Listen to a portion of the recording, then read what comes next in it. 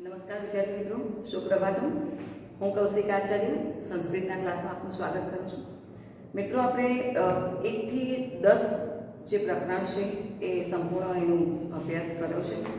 હવે આગળના પ્રકરણો શીખવા પહેલાં જે બોર્ડનું પ્રશ્નપત્ર પરિરૂપ છે એને થોડું સમજી લઈએ, તો જેથી કરીને આપણને કઈ વિધમમાં વાંચવું છે, કઈ રીતે વાંચી શકીએ એ ખ્યાલ આવે. હવે સંસ્કૃતમાં જોઈએ તો ખૂબ સરળ છે એને તૈયાર કરવા માટેનું. કોઈ પણ કાર્ય જો પ્લાનિંગ વગર કરવામાં આવે ને તો એમાં જોઈતું પરિણામ મળી શકતું નથી. તો આપણે થોડુંક સ્માર્ટ વર્ક કરીને એક પ્લાનિંગ સાથે જો રીડિંગ કરીએ ને તો ધાર્યું પરિણામ, ઓછા સમયના રીડિંગમાં પણ ધાર્યું પરિણામ મેળવી શકીએ છીએ. તો એના માટે છે સૌપ્રથમ તો જે બોર્ડનું આપણું પ્રશ્નપત્ર છે એના પરિરૂપને સમજવા માટેનું. તો કુલ 80 માર્ક્સનું પ્રશ્નપત્ર આવે છે. 5 સેક્શન હોય છે. દરેક સેક્શન ક્રમશઃ 16 માર્ક્સના હોય છે, જેમાં પ્રથમ સેક્શન ગદ્ય વિભાગ, સેક્શન એ, સેક્શન બી પદ્ય વિભાગ, સેક્શન સી નાટ્ય વિભાગ, સેક્શન ડી વ્યાકરણ વિભાગ અને સેક્શન ઈ અન્ય, એટલે એમાં બધું આવી જાય છે. તો એને આપણે ક્રમશઃ સમજતા જઈએ, પ્રોપર ધ્યાન રાખીને સમજવું. આ પ્રશ્નપત્રમાં કયા પ્રકરણમાંથી ક્યાંથી કેવી રીતે પૂછાશે અને આપણે કેવી રીતે વાંચવાનું છે એ ખાસ અહીં હું તમને સમજાવીશ. તો એ જો તમને ખ્યાલ આવી ગયો તો તમારું વાંચન પણ એકદમ સરળ થઈ જશે. કારણ કે ઘણા વિદ્યાર્થીઓ એવું કરતા હોય છે, જનરલી બધાને એવું જ હોય છે કે આપણે જે લેશન પતી ગયું પહેલા પાનાથી છેલ્લા પાના સુધીનું બધું વાંચ કરીએ. અનુવાદ વાંચ્યો, શબ્દાર્થ વાંચ્યો, પછી સ્વાધ્યાય જોયું, પણ એવી રીતે નથી લેવાનું. આપણે પ્રશ્નપત્રના પરિરૂપ પ્રમાણે જો તૈયારી કરીએ ને તો બહુ જ સરસ અને સારી એવી તૈયારી થાય. તો આપણે ક્રમશઃ સેક્શન એ થી જોઈએ કે જેમાં પહેલો વિભાગ આવે છે વિભાગ એ, જે છે ગદ્ય વિભાગ. આપણા પાઠ્યપુસ્તકમાં કુલ 20 પ્રકરણો છે. તો 20 પ્રકરણોમાં ગદ્યના પ્રકરણો કેટલા છે તો સૌપ્રથમ આપણે એને જોઈ લઈએ કે લેશન કેટલા છે. તો આપણે જોઈએ, પહેલું પદ્ય છે, સેકન્ડ ગદ્ય છે, ત્રીજું પાછું પદ્ય છે, ચોથું નાટ્યાંશ છે એટલે 5, 6 ગદ્ય છે, 7મું પદ્ય છે, 8મું ફરી નાટ્યાંશ છે, 9, 10મું પદ્ય છે, 11 અને 12 ગદ્ય છે, 13મું ફરી પદ્ય છે, 14મું નાટ્યાંશ છે, 15, 16મું ફરીથી પદ્ય છે અને 17, 18મું પદ્ય છે, 19મું નાટ્યાંશ છે અને 20મું પણ પદ્ય છે. એટલે કે જો આપણે સેક્શન એ ની તૈયારી કરવી હોય તો સેક્શન એ માટે કુલ આપણે આટલા 8 પ્રકરણો શીખવા પડે. એટલે કે સેક્શન એ આખો વિભાગ 8 પ્રકરણોમાંથી જ પૂછાય છે. તો ક્રમશઃ આપણે સમજી લઈએ. ક્વેશ્ચન નંબર 1, પ્રશ્ન નંબર 1 શું છે? પ્રશ્ન નંબર 1 એ આવશે કે સંસ્કૃતમાં સૂચના, પ્રશ્નપત્રમાં આપણે સૂચના માટે ચિંતા કરવાની જરૂર નથી. સંસ્કૃત, ગુજરાતી અને ઇંગ્લિશ, કારણ કે અંગ્રેજી માધ્યમ અને ગુજરાતી માધ્યમ બંનેના પ્રશ્નપત્ર સિલેબસ એક જ છે એટલે પ્રશ્નપત્ર પણ કોમન હોય છે. તો સૂચના ત્રણેયમાં હોય છે. તો પ્રશ્ન પ્રથમ જે છે અધોલિખિતેભ્ય ગદ્ય ખંડસ્ય માતૃભાષાયામ અનુવાદમ કુરુત, એટલે કે ગદ્ય ખંડનો માતૃભાષામાં અનુવાદ 4 માર્ક્સનું હોય છે. કેટલા માર્ક્સનું હોય છે? 4 માર્ક્સનું. હવે અહીં આપણને એનો ઓપ્શન મળે છે, એટલે કે ક્વેશ્ચન 1 ના ઓરમાં ક્વેશ્ચન 1 પૂછાય છે. તો આપણે અહીં જોઈ લેશું. બીજું પ્રકરણ 5મું, 6મું, 9મું, 11, 12, 15 અને 17. તો દરેક પ્રકરણમાં જો લોજિક થોડું દોડાવીએ તો 4 માર્ક્સના અનુસંધાનમાં જે પેરેગ્રાફો હોય છે ક્રમશઃ જુઓ તો દરેક પ્રકરણમાં ઓછામાં ઓછા કરો કે વધારે 3 પેરેગ્રાફ એવા હોય છે કે જે 4 માર્ક્સના અનુવાદમાં પૂછાય છે. આ થોડુંક આપણે થિંકિંગ રાખવું પડે. જેમ કે સેકન્ડ પેરેગ્રાફ છે તો એમાં 3 મેલ ફીસ, જે 3 માછલીઓ છે એનો ઓપિનિયન છે, પહેલો પેરેગ્રાફ છે એ એમ કરીને 4 પેરેગ્રાફ અનુવાદમાં થાય. 5મું ગુણવત્તિકા છે એમાં 3 પેરેગ્રાફ એવા છે કે જે 4 માર્ક્સમાં પૂછાય. આ રીતે તમે જે મોટા પેરેગ્રાફો હોય એને અનુવાદ માટે તૈયાર કરી શકો. એટલે સૌથી પહેલો પ્રશ્ન આવ્યો ગદ્યખંડનો અનુવાદ. હવે તમે આ જે પ્રકરણો આપણે શીખ્યા એને આખા જ લેશનને સંસ્કૃતની લાઈને લાઈન વાંચતા જઈને એનો અનુવાદ તૈયાર કરી દો ને તો એના પછીના જે પ્રશ્નો છે એના માટે બહુ મહેનત કરવી પડશે નહીં. તો એના પછીનો જે પ્રશ્ન છે ક્વેશ્ચન નંબર 2, અહીં સમજો સંસ્કૃત પ્રશ્નોના સંસ્કૃતમાં જવાબ છે. ક્વેશ્ચન નંબર 2 કમ્પલસરી છે. ક્વેશ્ચન નંબર 3 ના ઓરમાં 3 આવશે. તો અહીં પ્રશ્ન છે અધોલિખિતેભ્યઃ સંસ્કૃત પ્રશ્નાનામ ઉત્તરાણી સંસ્કૃત ભાષાયામ લિખત. એટલે કે આપેલા સંસ્કૃત પ્રશ્નોના જવાબ એટલે પ્રશ્નોના જવાબ આપણે સંસ્કૃતમાં લખવાના છે. દરેક પ્રશ્ન 1 માર્ક્સનો છે. એટલે કે સંસ્કૃત પ્રશ્નોના સંસ્કૃતમાં જવાબ લખો. 2 માર્ક્સ છે. તો અહીં આપણે ધ્યાન રાખવાનું છે કે બીજો પ્રશ્ન કમ્પલસરી છે અને 3 ના ઓરમાં 3 મળે છે એટલે આ બેમાંથી એક આપણને ઓપ્શન મળશે. એ પણ આપણે જ્યારે અનુવાદ લાઈને લાઈન વાંચીને તૈયાર કર્યું હોય તો આ પ્રશ્નમાં કોઈ પ્રશ્ન દેવાનો નથી, આપણને સરળતાથી આવડી રહે. બીજું વસ્તુ તમને સમજાવું કે આ જે પ્રશ્નો છે એ દરેક ઉપરના આપેલા ચેપ્ટરના સ્વાધ્યાયમાંથી જ પૂછાય છે. એટલે કેવી રીતે તૈયાર કરવાનું છે તો કે જે સ્વાધ્યાય આપણે જે લેશનો તૈયાર કરીશું પછી સેકન્ડ ક્વેશ્ચન જોવા માટે આપણે દરેક લેશનના સ્વાધ્યાયના સંસ્કૃત પ્રશ્નોનું એક લિસ્ટ આપણે બનાવી દેવાનું, જેમ ભણતા જઈએ એમ. તો વાંચતી વખતે એક જ વારની મહેનત અને ફરી આપણે અને વાંચવાની સરળતા રહેશે. એટલે સંસ્કૃત પ્રશ્નોના સંસ્કૃતમાં જવાબ સ્વાધ્યાયમાંથી જ પૂછાય છે. ત્યાર પછી જે ત્રીજો પ્રશ્ન છે એટલે કે ક્વેશ્ચન નંબર 4 અને 5. અહીં ધ્યાન આપો ક્વેશ્ચન નંબર 4 અને ક્વેશ્ચન નંબર 5. તો જે આ બંને પ્રશ્નો છે આપણે પહેલા જોયું કે સંસ્કૃતના પ્રશ્નોના સંસ્કૃતમાં જવાબ આવ્યા. હવે આવે છે અધોલિખિતેભ્યઃ પ્રશ્નાનામ માતૃભાષાયામ ઉત્તરમ લિખત. એટલે કે આપેલ પ્રશ્નોના જવાબ ગુજરાતી માતૃભાષામાં લખો. હવે એ ધ્યાન રાખજો પ્રશ્ન નંબર 4 અને 5 બંને કમ્પલસરી છે, કોઈ ઓપ્શન નથી મળવાનો અહીંયા. અને એક પ્રશ્ન 2 માર્ક્સનો છે એટલે 4 અને 5. તો બંને પ્રશ્નો થઈને કુલ કેટલા માર્ક્સ થશે? 4 માર્ક્સ થશે. અને આ પણ ક્યાંથી પૂછાશે? સ્વાધ્યાયમાંથી. એટલે કે આ જે ઉપર આપણને ચેપ્ટર આપ્યા છે એના સ્વાધ્યાયમાં જેટલા ગુજરાતી પ્રશ્નોના જવાબ છે એમાંથી જ આપણને પૂછાય છે. ગુણભાર 2 છે એટલે આપણે થોડુંક લોજિક દોરાવવાનું કે એવા કયા પ્રશ્નો આવશે કે જે 2 માર્ક્સમાં પૂછી શકાય.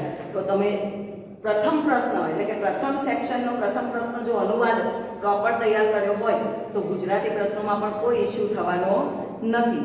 ત્યાર પછી છે ક્વેશ્ચન નંબર 6. 6 ના ઓરમાં આવશે ક્વેશ્ચન નંબર 6. ખાસ ધ્યાન રાખજો અહીં છે અધોલિખિતેભ્યઃ સંક્ષિપ્ત ટિપ્પણી લિખત. એટલે કે ટૂંકનોંધ લખો. અહીં તમને પૂછાશે ટૂંકનોંધ લખો. કેટલા માર્ક્સ છે? 2 માર્ક્સ. હવે ધ્યાન રાખજો અહીં ઓપ્શન મળ્યો છે આ ટૂંકનોંધ પણ 99% તમને કહું ત્યાં સુધી પ્રકરણના સ્વાધ્યાયની જ તૈયાર કરવાની રહેશે. કેરેક્ટર ક્યારેક પૂછાઈ શકે છે કૃતિકર્તામાં. જઈએ ધારો કે 5મું પ્રકરણ છે, 6થું પ્રકરણ છે, 9મું પ્રકરણ છે તો 2, 5 અને 6 માં અહીંથી એક શોર્ટ નોટ છે. ટૂંકનોંધ કુલ કેટલી તૈયાર કરવાની? તો બીજા ચેપ્ટરમાં છે યદ ભવિષ્ય વાર્તાનો બોધ. અહીં 2 છે. આપણે જોઈ લઈએ કુલ કેટલી ટૂંકનોંધો થશે. બીજા ચેપ્ટરમાં 1, 5મામાં છે 2, 6ઠામાં 1 થશે, 9મામાં 2, 11મામાં તો છે જ નહીં, 12મામાં 2 થશે, 15મામાં 1 અને 17મામાં 3. 3, 4, 5, 6, 7, 8, 9, 10, 11 અને 12. તો કુલ આપણે 12 ટૂંકનોંધ તૈયાર કરવાની રહેશે. સ્વાધ્યાય અને કૃતિકર્તામાંથી લઈ અને આપણે આખા 12 ટૂંકનોંધ તૈયાર થઈ જશે. અનુવાદ તૈયાર હશે તો એ પણ આપણને સરળતાથી આવડી જશે. અને ત્યાર પછી છે પ્રશ્ન નંબર 7. પ્રશ્ન નંબર 7 છે, ખૂબ સરળ છે. પેરેગ્રાફ પરથી પ્રશ્નો છે એટલે ગદ્યખંડ સમીક્ષા. ગદ્યખંડ સમીક્ષા એટલે અધોલિખિતેભ્ય ગદ્યખંડસ્ય પઠિત્વા તદંતરમ ઉત્તરમ પ્રશ્નાનામ ઉત્તરાણી સંસ્કૃત ભાષાયામ લિખત. એટલે કે તમને એક પેરેગ્રાફ આપી દીધો હશે. અહીં મિત્રો ખાસ ધ્યાન રાખો, આ જે પેરેગ્રાફ છે ગદ્યખંડ છે એ પઠિત છે. પઠિત એટલે આપણા જે ઉપર લેશન આપ્યા છે એમાંથી જ કોઈ તમે જે ભણેલા છો એ જ લેસનનો પેરેગ્રાફ હશે અને નીચે પ્રશ્નો આપેલા હશે. એ પેરેગ્રાફમાંથી જોઈને પ્રશ્નો લખવાના છે. એટલે મારી દ્રષ્ટિએ કહીએ તો આ રોકડિયા માર્ક્સ છે 4 માર્ક્સ. તો એ 4 માર્ક્સ આપણને પૂરા વાક્યમાં જવાબ લખવાથી મળી જાય છે. તો આમ આખો સેક્શન એ અહીં આપણો કમ્પ્લીટ થાય છે કે જે 16 માર્ક્સનો છે. 8 ચેપ્ટર તૈયાર કરવાના. પહેલો અનુવાદ પ્રોપર તૈયાર કરો તો સંસ્કૃત પ્રશ્નો, ગુજરાતી પ્રશ્નોની ટૂંકનોંધમાં બહુ મહેનત કરવી પડશે નહીં. અને આ જે છેલ્લો 7મો પ્રશ્ન છે એ તો એમાંથી જોઈને જ લખવાનો છે. તો 16 માર્ક્સ જો આપણા તૈયાર થઈ જાય તો પછી આપણને બિલકુલ અઘરું પડતું નથી. હવે આપણે જોઈશું વિભાગ બી. હવે આપણે વિભાગ બી એનો પ્રશ્નપત્ર પ્રમાણેનું જે માળખું છે એ જોઈ લઈએ. વિભાગ બી. વિભાગ બી શું છે તો કે પદ્ય વિભાગ છે. તો સૌપ્રથમ તો આપણે કેટલાક પદ્યો આખા સિલેબસમાં થાય છે ને જે સેક્શન બી માં એમાંથી કવર કરવાના છે. તો આપણે સૌપ્રથમ જોઈ લઈએ એના પ્રકરણો. તો વિભાગ 2 માં છે પહેલું, ત્રીજું, 7, 10, 13, 16, 18 અને 20. હવે 8 પ્રકરણો થયા. બરાબર. આમાં થોડુંક આપણે વેરિએશન અલગ કરી લઈએ કારણ કે વિભાગ બી એ પદ્ય વિભાગ છે. તો પદ્ય વિભાગમાં શું આવશે? અનુવાદ આવશે, સંસ્કૃત પ્રશ્નો આવશે, ગુજરાતી પ્રશ્નો આવશે, શ્લોક પૂર્તિ આવશે અને છેલ્લા સેક્શનમાં અર્થ વિસ્તાર આવશે. પદ્ય વિભાગમાં જે અર્થ વિસ્તારનો પ્રશ્ન છે ને છેલ્લો સેક્શન ઈમાં છે. પણ આપણે એ કયા ચેપ્ટર આવશે કે જેમાં અનુવાદ, શ્લોક પૂર્તિ અને અર્થ વિસ્તાર થઈ શકે તો એને થોડુંક સમજી લઈએ. તો હું અહીં બોક્સ બનાવી દઉં છું. જે ચોરસ બનાવું છું એનો મતલબ કે એ પ્રકરણમાં શ્લોક પૂર્તિના શ્લોકવાળા પદ્યો છે. 7, 10 અને 13. સમજો મિત્રો. એટલે આપણો જે પ્રશ્ન આવશે શ્લોક પૂર્તિ એ 1, 7, 10 અને 13 માંથી જ આવશે.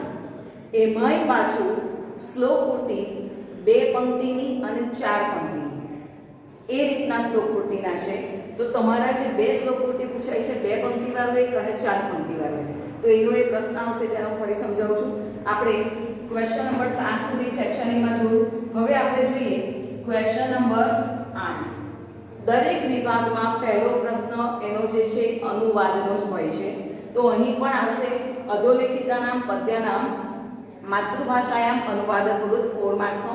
ગુજરાતી આપેલ પદ્યનો ગુજરાતીમાં માતૃભાષામાં અનુવાદ કરો એટલે કે શ્લોકનો શ્લોકાનુવાદ કેટલા માર્ક્સનો હોય છે? 4 માર્ક્સનો.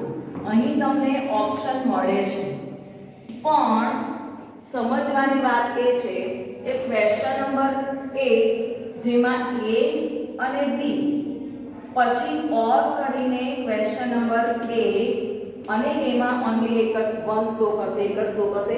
તો આ કઈ રીતે લખવાનું છે? તો ક્વેશ્ચન નંબર 1 માં A અને B કરીને 2 પંક્તિવાળા શ્લોક આપેલા હશે. અહીં 2 પંક્તિવાળા અને અહીં 2 પંક્તિવાળા. જે આ 2 કમ્પલસરી છે. તમે આ લખો ને નીચેનો આ લખો તો ચાલે નહીં.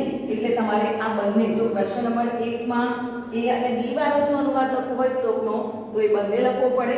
અધરવાઇઝ ઓરમાં જે ક્વેશ્ચન નંબર 8 આપેલો છે જે 4 પંક્તિનો છે એ એક જ આપેલો હશે એ આપણે લખવો પડશે. તો એ ખાસ ધ્યાન રાખવાનું છે કારણ કે ઘણીવાર વિદ્યાર્થીઓ કન્ફ્યુઝ થઈ જાય છે કે ક્વેશ્ચન નંબર 1 માં A અને B છે તો એક જ લખે છે ને આવડતો હોવા છતાં પણ 2 માર્ક્સ ગુમાવી દે છે. તો અહીં આપણે ધ્યાન રાખીશું. ત્યાર પછી છે question number 9 or 9 and question number 10. હવે અહીં આપણે જોઈએ કે ક્વેશ્ચન નંબર 9 ના ઓરમાં 9 છે અને ક્વેશ્ચન નંબર 10 શું છે? કમ્પલસરી છે. તો અહીં શું આવશે? અધોલિખિતાનામ પ્રશ્નાનામ સંસ્કૃત ભાષાયામ ઉત્તરાણી લિખન. તો અહીં પણ સેમ વસ્તુ થયું જે સેક્શન A માં થયું એ જ રીતે આપેલ પ્રશ્નોના સંસ્કૃતમાં જવાબ લખો. તો પ્રશ્ન પણ સંસ્કૃતમાં હશે અને જવાબ પણ આપણે સંસ્કૃતમાં લખવાના હશે 2 માર્ક્સ. એટલે કે એક પ્રશ્નનો 1 માર્ક્સ તમે આ બંને લખો તો એક જ માર્ક્સ મળે, કારણ કે આ કમ્પલસરી છે. આ બંને આવડતો હોય ને આ ના આવડતો હોય તો તમે આ બંને લખીને આવશો તો પણ એક જ મળશે. એટલે ખાસ ધ્યાન રાખવાનું છે કે જ્યાં ઓપ્શન છે તમને આવડે છે, લખો છો, બરાબર છે, પણ જે કમ્પલસરી છે એને આપણે છોડવાનો નથી. ત્યાર પછી છે ક્વેશ્ચન નંબર 11, 12 એન્ડ 13. આ ત્રણેય પ્રશ્નો કમ્પલસરી છે. અધોલિખિતાનામ પ્રશ્નાનામ માતૃભાષાયામ ઉત્તરાણી લિખન. એટલે કે ગુજરાતીમાં પ્રશ્ન આપેલા હશે, ગુજરાતીમાં જવાબ લખવાના છે. એટલે કે ગુજરાતીમાં પ્રશ્નોના જવાબ લખો. હવે એક પ્રશ્ન 2 માર્ક્સનો હોય એટલે આપણે કુલ કેટલા થયા? 6 માર્ક્સના પ્રશ્નો થયા, બરાબર છે. એટલે ક્રમશઃ આપણે જુઓ, મેં આગળ સેક્શન એમાં સમજાવ્યું એમ કે દરેક ચેપ્ટર, ધારો કે પહેલું ચેપ્ટર છે, મેં અહીં કીધું કે શ્લોક પૂર્તિનો શ્લોક સમગચ્છત્વમ સમવદત્વમ અને સર્વે ભવંતુ, આ 2 શ્લોક પૂર્તિમાં નીકળી જાય છે. તો બાકી કેટલા રહ્યા? 3. તો એ 3 અનુવાદમાં આપણે તૈયાર કરી દેવાના. જે શ્લોક પૂર્તિના શ્લોક છે એનું તો અનુવાદ કરવાનું જ હોય છે યાદ રાખવા માટે, તો વધારે સરળતાથી યાદ રહે. તો એમાંથી 3 થયા. આ જે ત્રીજું ચેપ્ટર છે એમાં નથી અર્થ વિસ્તાર, નથી શ્લોક પૂર્તિ, એટલે કે આ 3 અને 16 આ 2 પ્રકરણ એવા છે સીધે સીધા કે જેમાં અર્થ વિસ્તાર કે શ્લોક પૂર્તિ છે નહીં, સીધા જ અનુવાદમાં પૂછાઈ શકવાની શક્યતા વધારે હોય છે. તો એવા ચેપ્ટરને આખા જ અનુવાદ સાથે આપણે તૈયાર કરવાના રહેશે. તો ત્રીજું પ્રકરણ પણ એવું છે કે બબ્બે પંક્તિના શ્લોક છે. 16મા પ્રકરણમાં પણ એવું છે કે બબ્બે પંક્તિના શ્લોક છે. તો એમાંથી કોઈ પણ બબ્બે પંક્તિનો 4 જોઈન્ટ કરીને આપણને અહીં પૂછી શકે. એટલે કે ત્રીજું અને 16મું પ્રકરણ જે છે એમાંથી અહીં સેક્શન A અને B કરીને ક્વેશ્ચન નંબર 1 માં A અને B કરીને પૂછાવાની શક્યતા વધારે છે. એવી રીતે 18મા પ્રકરણમાં પણ એવું છે. 18માં પણ બબ્બે પંક્તિના શ્લોક છે. તો એ પણ અહીંયા A અને B માં પૂછાઈ શકે. એટલે મારી દ્રષ્ટિએ જો હું કહેવા જાઉં ને તો A અને B માં કયા ચેપ્ટરમાંથી પૂછાઈ શકવાની શક્યતા છે? પહેલું, ત્રીજું, 7મામાં પણ એવા છે. અર્થ વિસ્તાર અને શ્લોક પૂર્તિ બાદ કરતા 2 આવે છે એવા. ત્યાર પછી 16 અને 18. તો આ ચેપ્ટર એવા છે કે જેમાં બબ્બે ચરણ છે તો અહીં પૂછાઈ શકે. 4 પંક્તિવાળા જે શ્લોક છે એ 7મામાં છેલ્લો, એટલે કે એ પ્રકરણ પણ આવશે. 7મામાં છેલ્લું, 10મામાં પહેલો, બીજો, ત્રીજો, 13મામાં પણ બબ્બે ચરણવાળા છે, બરાબર. અર્થ વિસ્તાર એવું છે. 16મું જતું રહ્યું, 18 જતું રહ્યું અને 20માં છે. તો આ રીતે આપણે થોડુંક ડિસ્ક્રિપ્શન કરીને વાંચીએ ને તો બહુ સરળતાથી તૈયાર થઈ જશે. હવે 11, 12 અને 13મા પ્રશ્ન 3 થયા કે જે ગુજરાતી પ્રશ્નોના ગુજરાતીમાં જવાબ આપવામાં આવે છે. હવે જે મેં તમને શ્લોક પૂર્તિની વાત કરી તો એ પ્રશ્ન આવે છે પ્રશ્ન નંબર 14 અને 15. ક્વેશ્ચન નંબર 14 અને 15 જે શ્લોક પૂર્તિનો શ્લોક છે. તો અહીં ખાસ ધ્યાન રાખો, એક જે શ્લોક પૂર્તિનો શ્લોક છે એ 2 પંક્તિવાળો હશે અને બીજો છે 4 પંક્તિવાળો છે, બરાબર છે. શ્લોક પૂર્તિના માર્ક્સ તો 2 માર્ક્સ જ છે, એટલે કુલ 4 માર્ક્સ થશે. પણ કુલ આપણે શ્લોક તૈયાર કેટલા કરવાના છે, કેવી રીતે? તો જોઈએ કે પ્રથમ જે ચેપ્ટર છે એમાં હવે હું તમને સમજાવી દઉં કે ક્વેશ્ચન નંબર 14 માં કેટલા શ્લોક આવી શકે છે. તો પ્રથમ પદ્યમાં જે પહેલો શ્લોક છે સમ વદધ્વમ, બરાબર. ત્યાર પછી છે સર્વે ભવંતુ, સર્વે ભવંતુ. આ 2 પંક્તિવાળા છે.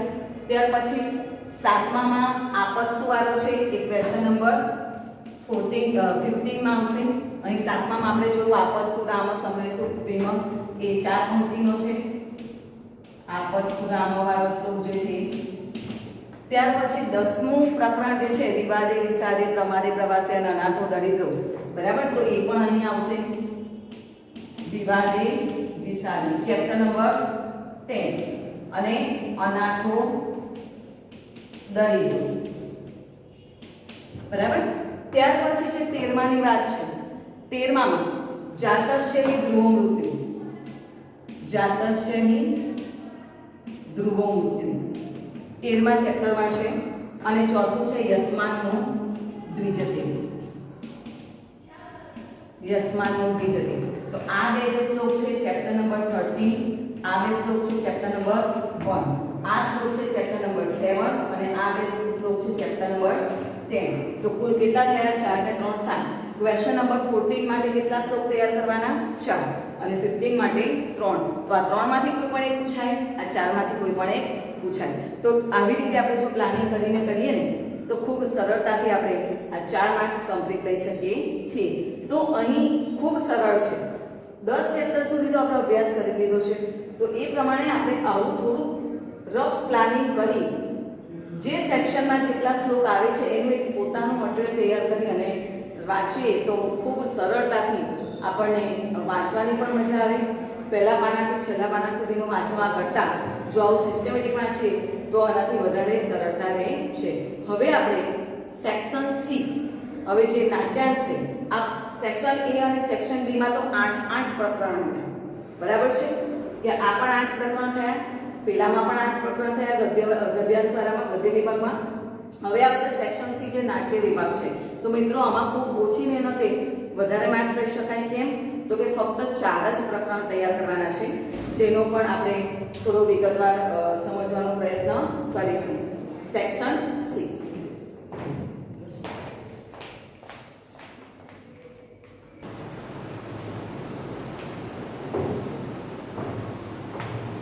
હવે આપણે પ્રશ્નપત્રને પરિરૂપે સમજવા માટે જઈએ. Section C. સેક્શન એ અને બી ને સમજ્યા કે કેટલા પ્રકરણો છે, કયા પ્રશ્નોમાં કઈ વસ્તુ ક્યાંથી પૂછાય છે, અને ત્યાર પછી સેક્શન સી માં કેટલા પ્રકરણો છે. તો અહીં આપણે જોઈએ વિભાગ સી.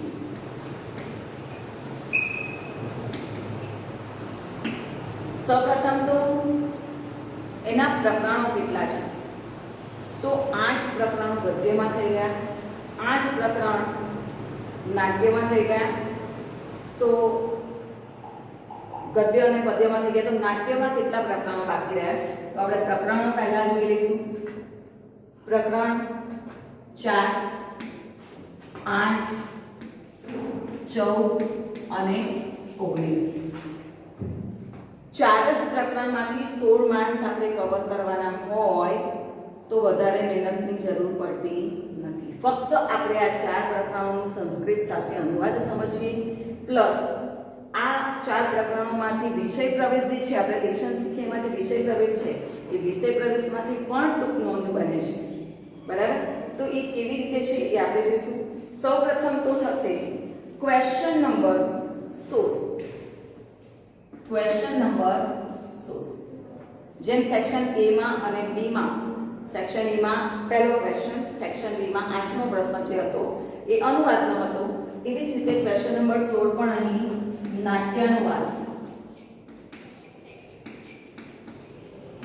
4 માર્ક્સ મળશે. એના ઓરમાં તમને ઓપ્શન મળશે ક્વેશ્ચન નંબર 16, એટલે કે આ કોઈ પણ 4 પ્રકરણમાંથી કોઈ પણ 2 માંથી એ નાટ્યાનુવાદના પેરેગ્રાફ આપેલા હશે. મિત્રો તમે પણ થોડું ધ્યાનથી લેશનને સમજશો ને તો તમને આઈડિયા આવી જશે કે આવા પેરેગ્રાફ અનુવાદમાં પૂછી શકવાની શક્યતા છે. ત્યાર પછીનો જે પ્રશ્ન છે question number 17 and question number 18. આ બંને પ્રશ્નો કમ્પલસરી છે અને એ નાટ્યાંશ છે, એટલે કે જે ડાયલોગ બોલાય છે એવા છે. એટલે વાક્ય કોણ બોલે છે તે જોડકા તે લખો, એટલે કે સામે તમને જોડકા આપેલા હશે. વાક્ય વિભાગ અ કરીને અને વિભાગ બ કરીને, એમાં એકમાં વાક્ય આપ્યું હશે ને એકમાં કૃતિ કે કોઈ ડાયલોગ જે બોલનારા છે એનું નામ આપેલું છે. ફોર એક્ઝામ્પલ ધારો કે અહીંયા એ છે, અહીંયા બી છે. આપણે અહીંયા ભવિષ્ય રિલેશન જોયું પણ એમાં છે, તો આપણે ચોથામાં જોઈએ કે શાંતમ પાપમ. શાંતમ પાપમ અને ન વયમ મનુષ્ય. આવી રીતે ક્વેશ્ચન નંબર 16 અને ક્વેશ્ચન નંબર 17 અને 18 સામે આપ્યું છે શકુની, ગતુજકચ અને પુની. બરાબર છે. આવી રીતે તમને આપેલું હશે. તમારે આ હાઈવે દોડાવવાના નથી. પ્રશ્નપત્રના જ્યારે આન્સર શીટમાં લખો તો વાક્ય લખવાનું અને એની સામે જે જોડવું આવતું હોય, ધારો કે શાંતમ પાપમ કોણ બોલે છે? ગતોજ. એની સામે ગતોજ લખવાનું. વયમ મનુષ્ય ન સ્મ તો એ પુનિત બોલે છે તો પુનિત લખવાનું. તો આ રીતે તમારું જે જોડવું છે એ વાક્ય કોણ બોલે છે આ રીતે તમને પૂછાશે 2 માર્ક્સમાં અને એ તમારે થશે. ત્યાર પછી છે question number 19 and question number 20. જેમ સેક્શન A અને B માં આપણે અભ્યાસ કર્યો એવી જ રીતે અહીં પણ ગુજરાતી પ્રશ્નોના ગુજરાતીમાં જવાબ દો. બરાબર. અધોલિખિતાના પ્રશ્નના માતૃભાષાએ ઉત્તરમ લિખ. અહીં આપણે એક વાક્ય છે એટલે 2 માર્ક્સ આવશે. અહીં ગુજરાતી પ્રશ્નો છે 19 અને 20 એટલે પણ 2 માર્ક્સના છે એટલે 4 માર્ક્સ થશે. એક પ્રશ્ન 2 માર્ક્સનો. બંને પ્રશ્નો કમ્પલસરી છે. બરાબર. ધ્યાન રાખજો, કોઈ પણ પ્રશ્ન અહીં છોડવાનો નથી. તો એકદમ સરળ છે. જો ચેપ્ટર 4 માં આ પ્રશ્ન પણ સ્વાધ્યાયમાંથી પૂછાવાના છે. બરાબર. આ જે પ્રશ્નો આવશે સ્વાધ્યાયમાંથી આવશે. તો ચેપ્ટર 4 માં કેટલા પ્રશ્નો છે? 3. બરાબર. અને એકદમ નાના છે. ચેપ્ટર 8 માં પણ 4 જ પ્રશ્નો છે, જે અકસ્માતના સાક્ષી મનુષ્યનું જે કર્તવ્ય છે ને કોણે પથ્થર સમાન ગણાય એની રીતે. તો 4 ને 6 14 માં 2 જ પ્રશ્નો છે. 8 અને 19 માં 3 એક પ્રશ્નો 3-4 પ્રશ્નો છે. એટલે કુલ કટ થઈને 10 કે 12 પ્રશ્નોથી વધારે આમાંથી તૈયાર કરવાના નથી. 10 કે 12 પ્રશ્નો તૈયાર કરો તો તમારા આ પ્રશ્નોના માર્ક્સ કમ્પ્લીટ મળી જાય. ત્યાર પછી છે ક્વેશ્ચન નંબર 21 અને ક્વેશ્ચન નંબર 22. બંને કમ્પલસરી છે અને એ છે ટૂંક નોંધ. બંને ટૂંક નોંધ છે, બંને કમ્પલસરી છે. 2 માર્ક્સની છે એટલે કુલ 4 માર્ક્સ થયો. અહીં ધ્યાન રાખજો મિત્રો કે 4 લેશનમાંથી તમને એક ટૂંક નોંધ સ્વાધ્યાયની હશે અને એક ટૂંક નોંધ વિષય પ્રવેશમાંથી કોઈ પણ પાત્ર પરિચયની હશે. સ્વાધ્યાયમાં જેમ કે પ્રકરણ 4 છે તો એમાં ગતોત્કચનું પાત્રાલેખન છે, શ્રી કૃષ્ણનો સંવાદ છે. બરાબર. તો એમાં પાત્ર પરિચયમાં આવી શકે અભિમન્યુ આવી શકે, ધૃતરાષ્ટ્ર આવી શકે, શકુની આવી શકે. બરાબર. 8મું ચેપ્ટર છે એમાં અકસ્માતના સાક્ષીના કર્તવ્યો. એક જ પ્રશ્ન એવો છે કે જે ટૂંકનોંધમાં પૂછાઈ શકે છે. 14મા પ્રશ્નમાં પણ એવું છે કે વિષય પ્રવેશમાંથી ચાણક્યની ટૂંકનોંધ નીકળે છે તો એ પૂછી શકાય. અને નંદ અને અમાત્ય જે નંદનું રાજ્ય છે અને ચાણક્ય ચંદ્રગુપ્તનું રાજ્ય છે એનો જે તફાવત છે એ એક જ પ્રશ્ન એવો છે ટૂંકનોંધમાં પૂછી શકાય. અને 19મા ચેપ્ટરમાં પણ વિષય પ્રવેશમાંથી સાંડિલ્યનું પાત્ર પરિચય પૂછાય. તો એક 8મું 4 14 અને 19 એ પ્રકરણો એવા છે કે જેમાં પાત્ર પરિચય વધારે પૂછાય છે. તો એક ટૂંકનોંધ સ્વાધ્યાયમાંથી હશે અને એક પાત્ર પરિચયની આ રીતે તૈયાર થશે અને બંને કમ્પલસરી છે. ત્યાર પછી જોઈએ આપણે ક્વેશ્ચન નંબર 23 અને ક્વેશ્ચન નંબર 24. આમાં મોટે ભાગે વિદ્યાર્થીઓના માર્ક્સ જતા રહેતા હોય છે. કેમ? તો કે અહીંયા આપેલું છે સંસ્કૃતાનુવાદ કૃતો, એટલે કે સંસ્કૃતાનુવાદ કરો. અધોદત્તાભ્યામ પ્રકોષ્ઠાત શબ્દાન પ્રયુજ્ય વાક્યાની સંસ્કૃતાનુવાદ કૃતો. એટલે કે તમને ગુજરાતી વાક્ય ઇંગ્લિશ મીડિયમમાં વાળાને ઇંગ્લિશમાં વાક્ય આપ્યું હશે, એની નીચે બ્રેકેટમાં સંસ્કૃતના શબ્દો આપેલા હશે અને એ શબ્દનો પ્રયોગ કરીને યોગ્ય વિભક્તિ લગાવીને વચન જોઈ, ક્રિયાપદ જોઈ અને એનું ટ્રાન્સલેશન સંસ્કૃતમાં કરવાનું હોય છે. જેમાં મોટે ભાગે વિદ્યાર્થીઓના માર્ક્સ જતા રહે છે. 2 વાક્યો હોય છે એટલે 2 માર્ક્સ છે અને ખૂબ સરળ છે આ માર્ક્સ લેવા. ખાસ ધ્યાન રાખો કે આ 4 જ ચેપ્ટરમાંથી એ સંસ્કૃતાનુવાદ પણ પૂછાવાનું છે. એટલે પ્રથમ તો સ્વાધ્યાયમાં જેટલા વાક્યો આપ્યા છે એ સરળ રીતે તૈયાર કરી દો. ત્યાર પછી તમે ટ્રાન્સલેશન જ્યારે શીખો છો, ક્વેશ્ચન નંબર 16 તૈયાર કરો છો, સંસ્કૃત વાંચતા જઈને જ્યારે એનું ટ્રાન્સલેશન તૈયાર કરો છો ત્યારે જ આ ઘણા બધા વાક્યોમાં આ પ્રશ્ન તમારા તૈયાર થઈ જશે. એટલે ક્રિયાપદમાં ખાસ ધ્યાન રાખવાનું રહે છે. એટલે કુલ 2 માર્ક્સ આના થાય છે અને ખાસ કરીને તો સ્વાધ્યાયમાંથી જ તમારે તૈયાર કરી દેવાનું રહે છે. હવે આપણે જોઈએ સેક્શન ડી. સેક્શન બીમાં વ્યાકરણ વિભાગ છે એ જોઈશું.